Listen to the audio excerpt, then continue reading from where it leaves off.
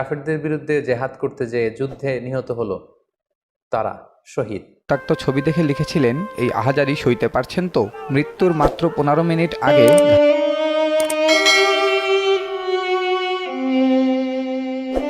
মুগ্ধর সদা হাস্যোজ্জ্বল ছবি এখন ফেসবুকে স্মৃতিচারণা করছেন। মুগ্ধ যখন গুলিবিদ্ধ হয়েছিলেন তখন তিনি আন্দোলনরত শিক্ষার্থীর মাঝে পানি বিতরণ করছিলেন। আচমকা একটা গুলি এসে লাগে মুগ্ধর মাথায়। মুহূর্তের মধ্যে ঢলে পড়ল হাসি মাখা মুখ। সেখান থেকে পাশের একটি হাসপাতালে নেওয়া হয়। ডাক্তার সাহেব অনেক চেষ্টা করার পরেও বাঁচাতে পারলেন না তরতাজা এই জীবনটাকে। কিছু কেমন স্লো মোশন মনে হচ্ছিল। কিছুক্ষণ পর ঝাপসা চোখে দেখলাম মুগ্ধর এমন অকালে চলে যাওয়া বাবা মা সহ আত্মীয় স্বজন কেউ মেনে নিতে পারছেন না।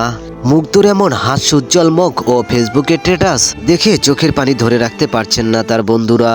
কোটা সংস্কার আন্দোলনে ছাত্রদের উপর অত্যাচার ও নির্যাতন তিনি কোনোভাবেই মেনে নিতে পারছিলেন না। তিনি আন্দোলনে যাওয়ার আগ মুহূর্ত ফেসবুকে বিদ্রোহী অনেক স্ট্যাটাস দিয়েছেন।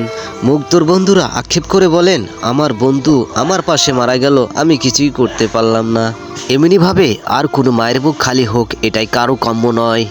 এবার দেখুন ছোট্ট শিশু সাবকাত সামির কিভাবে নিহত হন।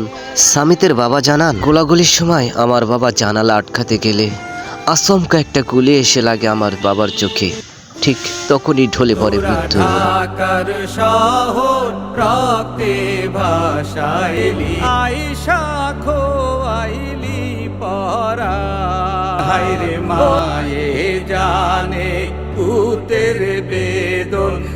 আপনাদেরকে দেখাতে চলেছে আন্দোলনের বর্বর চিত্র। এমন অনাকাঙ্ক্ষিত ঘটনা কতদিনে শেষ হবে কেউ সঠিকভাবে বলতে পারছে না। দেশের ঘটনা জানতে হলে চ্যানেলটি সাবস্ক্রাইব করে আমাদের সাথেই থাকুন।